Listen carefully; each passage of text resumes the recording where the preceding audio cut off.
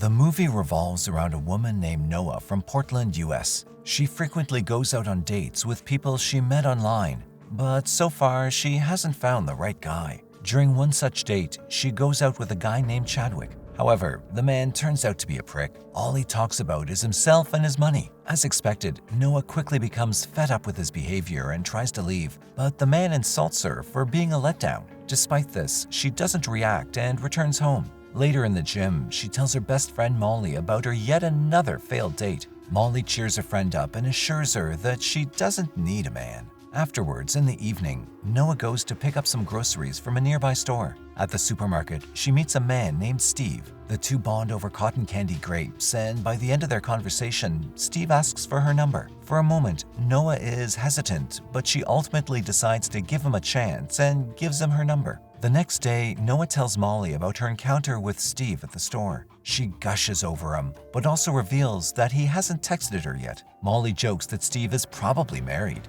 Later, as Noah is heading home, she finally gets the much-awaited call from Steve, who asks her out on a date. At this point, Noah is so desperate that she agrees without giving it a second thought. On the date, the two finally get to know each other, and Steve reveals that he's actually from Texas and that he's a surgeon by profession. Both Steve and Noah don't have parents in their lives, so they bond over it and they hit it off. Noah's pleasantly surprised to learn that Steve doesn't have any social media presence. Nonetheless, they have an amazing night, and Noah invites Steve over to her apartment. One thing leads to another, and the two start making out. The next day, Noah wakes up early, the happiest she's ever been in a while. She covertly snaps a picture of sleeping Steve. She then calls her best friend Molly and explains about her amazing night. Molly's happy for her, but she finds it strange that Steve doesn't have an online presence. Noah also tells Molly about the latter's ex-boyfriend, Paul, who was bartending at the restaurant last night. It turns out Molly recently came out as a lesbian and she broke up with Paul.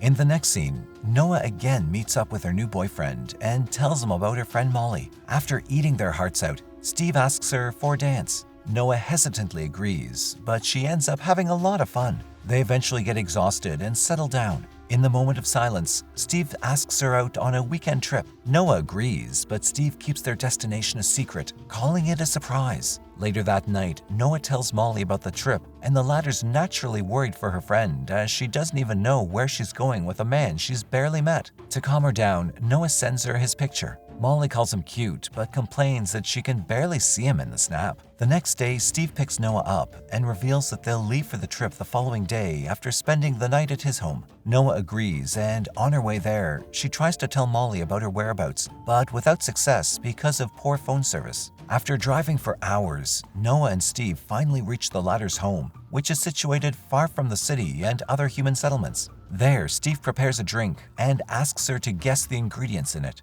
As everyone expected, it's laced with drugs, which makes poor Noah slowly pass out. Later, she gains consciousness and finds herself in captivity, chained to the ground. Steve, who's also present in the room, admits that he drugged her. Noah is initially puzzled, but reality slowly begins to set in, and she starts to panic. Steve tells her to calm down and then explains that he's actually a cannibal. He also sells human meat to his wealthy clients. He explains that most of his clients prefer the meat of young women, so he regularly lures and kidnaps women by taking them on dates and trips. He also tells her that he'll keep her alive as long as possible in order to keep her meat fresh, as he surgically removes different pieces from her body. Frightened for her life, Noah tries to attack him, but Steve overpowers her and tames her down. After a while, when the psychopath cannibal leaves, Noah starts screaming for help. Soon she hears the sound of a woman named Penny from an adjacent room. It turns out Steve has kept more women captive in his home. After talking to Penny, Noah realizes that Steve usually targets women who don't have a family, as Penny reveals that she's an orphan. Suddenly, another woman starts singing, and Penny reveals that it's Steve's other victim named Melissa, who's lost her mind after being kidnapped. Meanwhile, after not hearing from Noah for a while, Molly begins to worry and tries to contact her. Surprisingly, Steve replies to her pretending to be Noah. He tells her that they're at a cottage and sends her a picture of a waterfall. He also tells her that Noah wants to take a break from technology, so she's shutting down her phone for a while. Molly knows her friend well, so she feels like something's off. Hence, she looks up the image on the internet and learns that it's a stock photo taken from a travel website. Later that evening, Steve again approaches Noah after she's calmed down. He treats her with love and even lets her take a shower. On their way to the bathroom, Noah tries to escape, but Steve captures her. Then he drugs her and harvests her buttocks as punishment. Meanwhile, Molly starts to look for Noah. She visits her ex Paul's restaurant where Noah went on a date with Steve. They awkwardly greet each other, and after a lot of convincing, Molly convinces him to obtain information about Steve. It's then revealed that Steve's real name is actually Brendan Kemp. Molly looks him up on the internet and learns that he's married to a woman named Anne with whom he has 2 children. Molly finds out his address and decides to pay his wife Anne a visit. She also sends Paul the suspect's location just in case something goes wrong. After reaching there, Molly asks Anne about her husband and reveals that he went out on a date with Noah. Anne is taken aback by the revelation and she welcomes Molly into her home. Meanwhile, Noah learns that among his current victims, Steve has only slept with her. Hence, she deduces that he has a soft spot for her and decides to exploit it. She starts being more friendly with him and pretends to be interested in what human meat tastes like. Elsewhere, as Molly talks to Anne, Steve suddenly arrives. The latter plays it cool and remains calm, long enough to convince Molly that he's innocent. However, just as she's about to leave, she decides to call Noah's cell phone. Lo and behold, it starts ringing, as Steve was carrying it all this time. After being exposed, Steve tells Molly that she shouldn't have shown up at his home, and just then, Anne knocks her out from behind. It turns out she is one of Steve's accomplices. A while later, Steve transfers Molly to his butcher house in the woods. Then he heads to Noah, gives her some new clothes, and invites her to dinner. The scene then cuts to Anne in the bathroom, and it's revealed that she has a prosthetic leg. This implies that she too was one of Steve's victims before he fell for her and she became his wife. Later during dinner, Steve and Noah get to talking, and the latter asks him how he got into cannibalism. He reveals that he was 18 when he first tried it. He was horrified, but he couldn't get the taste of it out of his mouth. He eventually started craving it and made new friends who had similar tastes. Soon he found a whole community who were willing to pay a large amount of money for the rare meat. Hence, he reverted to being a human meat trafficker. Saying this, he serves Noah human flesh, and she reluctantly consumes the meat to keep up the charade. This act helps her win his trust. After dinner, Steve takes Molly away for harvesting. Meanwhile, Paul, who's not heard from his ex-girlfriend for a while, becomes worried and starts looking for her. In the next scene, Steve invites Noah to another dinner and gives her a pink dress as a gift. He also brings her some makeup,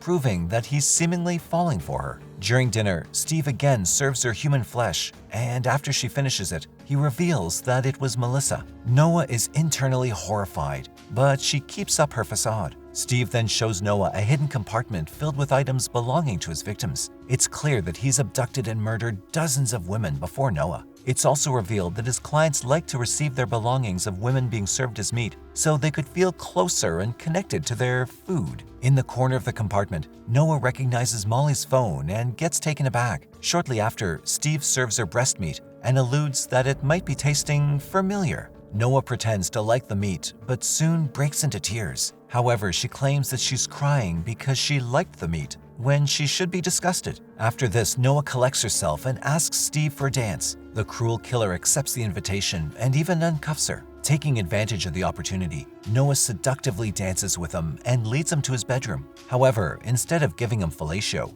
Noah bites his testicles off. She then grabs the keys to the cuffs and runs out of the room as Steve cries in pain. After a bit of running, she reaches the compartment where the other victims are locked and quickly frees Molly and Penny. But as the three are getting away, a badly injured Steve starts following them. Soon a fight breaks out between the two parties, which ends with the girls collectively knocking him out. Then they take Molly's phone and make their way into the woods. Meanwhile, Paul pulls up on the other side of the house, following the GPS of Molly's phone. In the next scene, Steve again shows up and follows the three girls, threatening to shoot them with his gun. When he fires a few rounds, Paul hears it from a distance, but instead of helping, he quickly runs away from there. Now, with no help arriving, the girls formulate a strategy. They quickly split up and go into hiding to confuse Steve. The plan works, and when the barbaric killer approaches one of them, all three girls start attacking him. They beat him to a pulp before Noah finishes him off with his own gun. After the danger is averted, the girls try to call for help from Molly's phone, but it gets switched off. Hence, Noah decides to head back to the house to get her phone, telling the girls to wait outside. Meanwhile, Anne also arrives at the property and finds Steve's body in the woods. At the same time, she sees Noah and immediately attacks her in a fit of rage. Noah manages to stab her in the neck with car keys, but it's still not enough. Fortunately, Molly shows up and finishes off Anne with a shovel. After this, the two finally breathe a sigh of relief and depart home. The movie ends with Noah receiving a text from a man she went out with at the beginning of the film.